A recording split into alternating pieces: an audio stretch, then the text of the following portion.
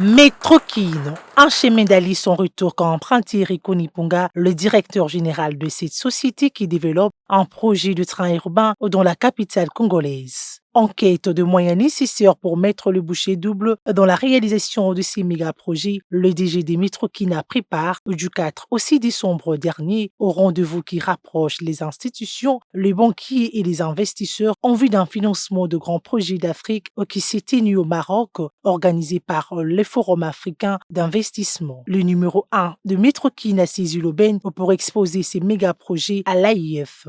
L'importance de Métrokine, l'objectif, c'est de réaliser ou d'implémenter un système de transport intégré à 4 phases. En bleu, vous avez la première phase qui part du centre-ville de Kinshasa vers l'aéroport d'Ndjili. En jaune, tout ce qui est maillage, c'est-à-dire l'intérieur, le Kinshasa profond. Et en vert avec des traits, c'est ce que nous appelons la boucle de Kinshasa. Et en rouge, c'est la quatrième phase qui part de l'aéroport d'Ndjili jusqu'à Maloko. C'est la volonté et la vision nationale du chef de l'État, Félix-Antoine Tshisekedi Tshilombo, qui veut qu'aujourd'hui Kinshasa puisse avoir cette facilité-là, à l'instar d'autres villes du monde. Une petite historique de Kinshasa. Kinshasa, c'est 24 communes, dont 21 urbanisées. Kinshasa connaît une urbanisation rapide, mais le développement lent des infrastructures. Et ce qui explique qu'aujourd'hui, nous avons des embouteillages terribles. C'est là le défi que nous avons aujourd'hui. Et Kinshasa, c'est la seule ville au monde qui double sa population chaque 10 ans. Première phase, gare centrale à Port d'Ndjili, 25 km. Deuxième phase, la plaine de Kinshasa, 75 km. Troisième phase, la boucle de Kinshasa, 90 km.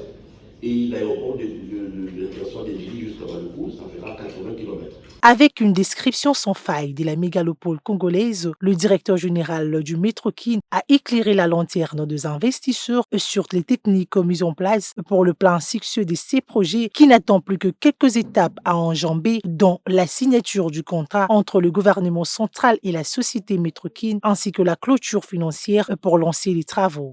Kinshasa représente 72%.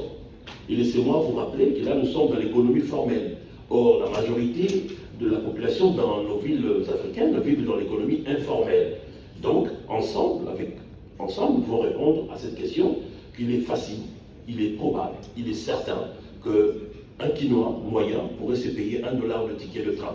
Donc, pour vous qui allez investir, Kinshasa est un pôle d'investissement. Il y a lieu de rappeler que ces projets ambitieux, dits Métrokine, développant un train urbain de 300 km de rail dont le coût s'élève à plus de 2 milliards de dollars américains, permettra de moderniser les réseaux ferroviaires de Kinshasa et rendra fluide la mobilité des Kinois victimes de monstres embouteillages souvent observés dans les heures de pointe. Métrokine, Bokeseni Alobi.